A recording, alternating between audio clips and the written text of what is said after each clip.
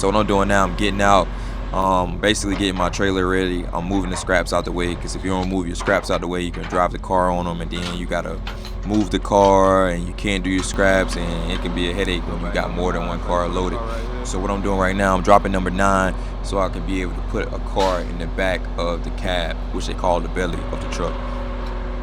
So yeah, still just getting the scraps and everything situated. Take a little time, but once you did it enough times, you already know where you want your scraps at.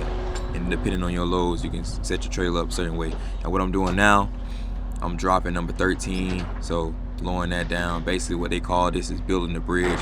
So in number 10 right now, lifting that up, and then number 11, what it's about, you about to see it now once 10 gets it right. So number 11 is going across to make the bridge on the trailer. So this is what they call making the bridge. But yeah, okay. So now what I'm finna do now, go back here and make sure I'm still getting number 10 and 11 right. I'm debating in my head. And I'm actually thinking about it during the move, but it's a voiceover. This video was a couple months ago, but I'm still getting the trailer ready basically. So this is what I'm doing now, just getting the trailer ready.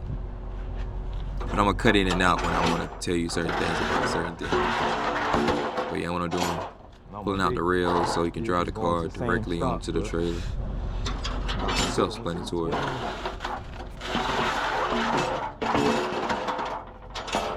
trying to think how I'm gonna load. And then this load, if I'm remembering correctly, it was a kind of a weird load. I got 3 cars going to 3 CX90s going to 1 dealership like Enterprise, and I got 2 more smaller vehicles going to Avis, and then 3 more going to like another rental car company. And what I just did, I just walked around this truck to basically the CX90 to make sure everything was good. Now I'm just getting in, and it's a slip in there which you gotta pull to be able to check out the port, and that's what I'm doing now. I'm just driving the car. I'm about to go put it on the trailer. So when you're doing this, you gotta you gotta get set up right. But I ain't gonna hold you, I'm kinda nice with it. So depending on how I set up, I can still correct myself. What I'm doing now, I'm just backing up this first vehicle to put it in number 1 on the top. And I'm backing it in because it'll be easier for me to drive off. So that's why I'm putting it there. And then I got 3 of the same vehicles going to 1 location, so it'll be easier for me to unload versus loading cars and unloading them again. But what I'm doing now, I'm just driving this and setting it up, make sure everything's set up correctly.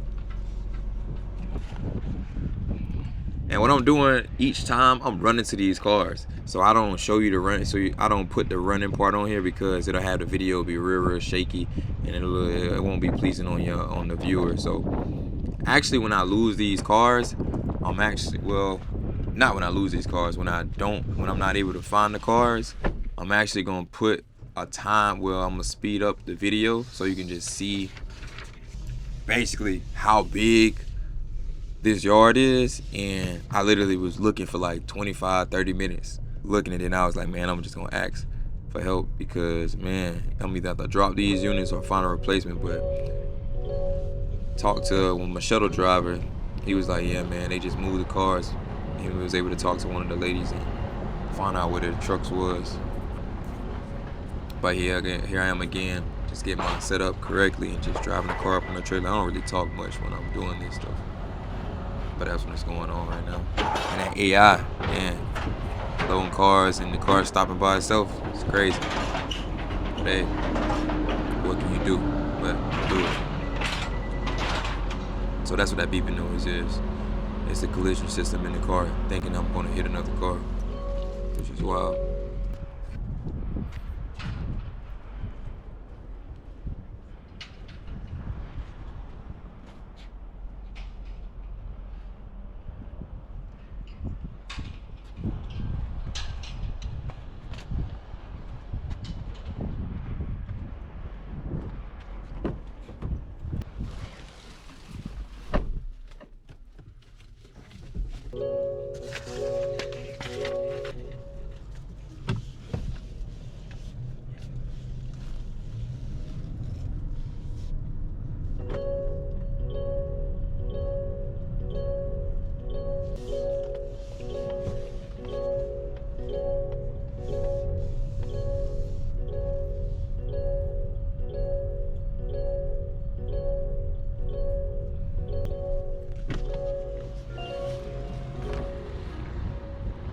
again, I'm setting up right here.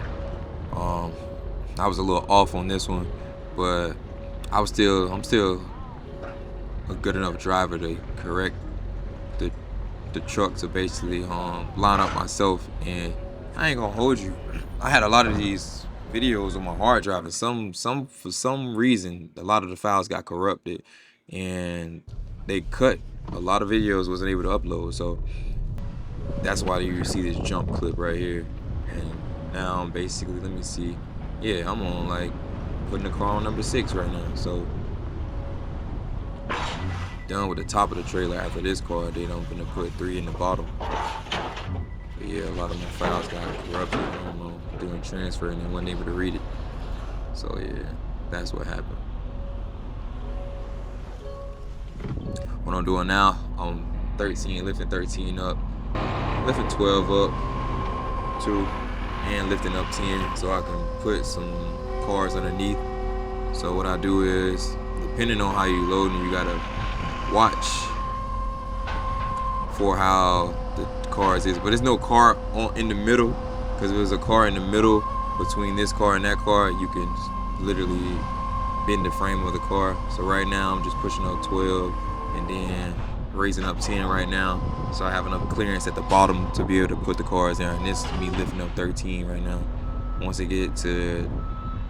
it's fully locked out, I'm gonna go through and lock up the pins on the trailer, and then I'm pushing up 14 and 15 so I can drive the car there and won't get caught up on the trailer itself. And that's me locking up all the locks, because you gotta make sure that the cars on top of them fall on you, smush you, so you gotta make sure your locks are set up. And then this is me pulling 16 in, so it'll be an easy, smoother transition, and I won't bend my deck or bend the rails over time. So yeah, just walking around the vehicle again, making sure there's no damages on the car. Usually here at this particular location, it's not many damages. I'm not gonna say it's never a damage, but through my experiences, I haven't had a damage, but I've seen other guys with damages.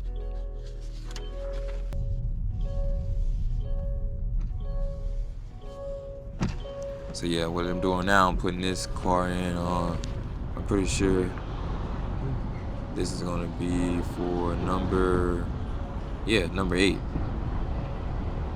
AI again. I don't know why the car loves to stop by itself. They're gonna become a hassle, especially when you gotta put a car and you got one sitting in front and you need to get the car closer. The car will not move. You literally have to come in with some speed and just coast the car with the brakes. Throw it back in neutral or something. You see how that little slot right there, I look like putting the car there so it won't roll forward. But yeah, so basically right now, why I sped this up, because I'm literally about to go run to my car. See how long the yard is, and I'm running, and guess what? When I get to the location, the car is not there. So with this, we only get a piece of paper, and you got to literally find the car. So once you find the car, and if it's not there, you look around to see if it's in the area. But if it's not there, you literally, if your dispatcher don't want to switch your load or give you another car, you literally got to run around looking for the car. So this is basically what I was doing, because I was like, I'm already not getting paid enough on this load. So if I drop any cars off this load, then it's literally gonna drop a lot of money out off the ticket, basically what I'm getting paid on this load. So I was like, man, let me run around and look. Man, I looked for like 25-30 minutes, and then after that I was like, you know what, no, I think I actually called dispatch. They didn't even answer the phone. So basically now I called them, they didn't answer. So I'm like, man, I gotta find these cars, or I just drop them on my handheld. So I'm looking around, like I said, for like 30 minutes, going car to car. You see how many cars I went to? So after this, I'm gonna go up here and ask the shuttle driver, because I don't know what they have going on. Sometimes they don't want to answer the phone. I think they know my number by heart or something. Yeah, we're not gonna answer for him. But yeah, basically what I'm doing now, going back up, because sometimes they'll have the car and like it'll say MTC and it'll be in CC. So this is what I'm doing now. I'm checking all these cars, and I'm like, man, trying to find these cars. So after like 30 minutes, I'm like, man, I'm not gonna keep wasting my time. I gotta literally check into a hotel later, and I need to make sure I can get parking. So After like 30 minutes, I'm like, you know what? I'm gonna go ask the shuttle driver to see if we can locate these cars. I'm just gonna drop it through my handheld.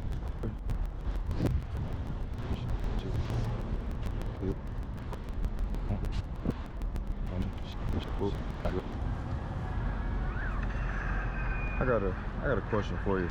So the TXC, it's 25. It's all the way in the back, right? If it's not there, they don't have the cars. It's not there. It's been moved.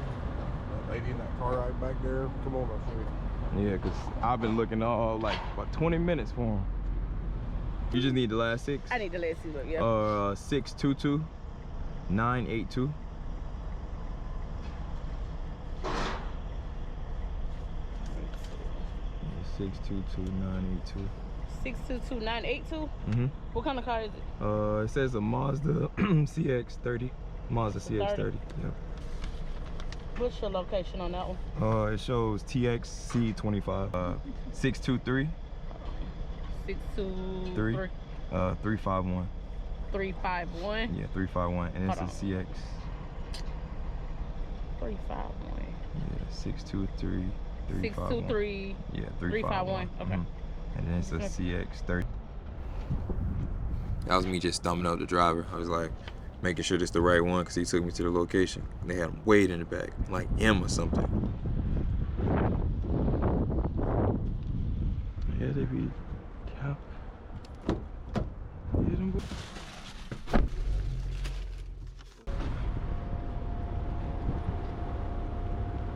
I'm backing this up, putting this one in number 9. I think I got one more after this. I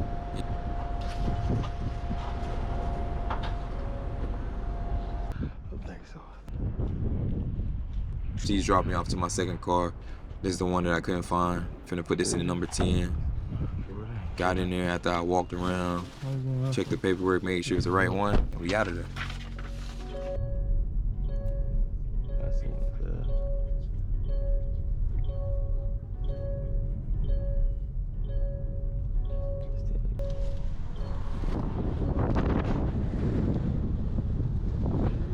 But yeah, I'm putting this in number 10. See me lining up right now.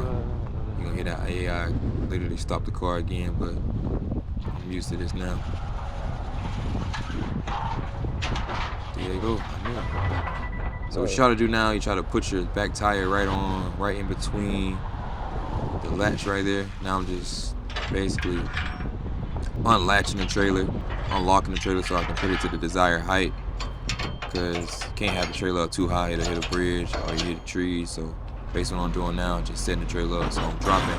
I just dropped 14, that was 15. I was dropping 12 down.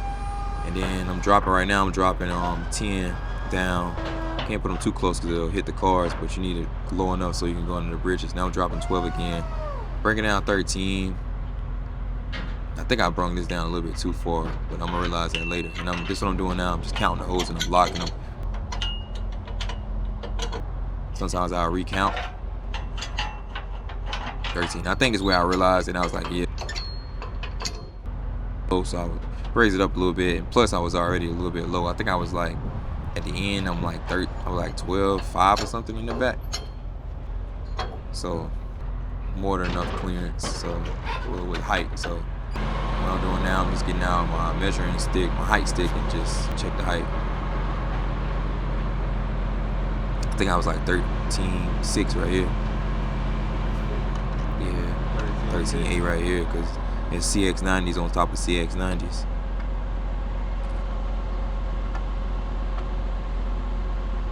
Like 13.7, 13.8.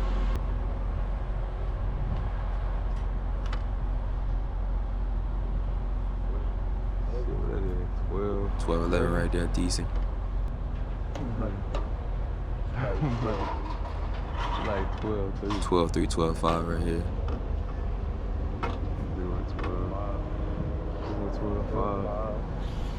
12.5.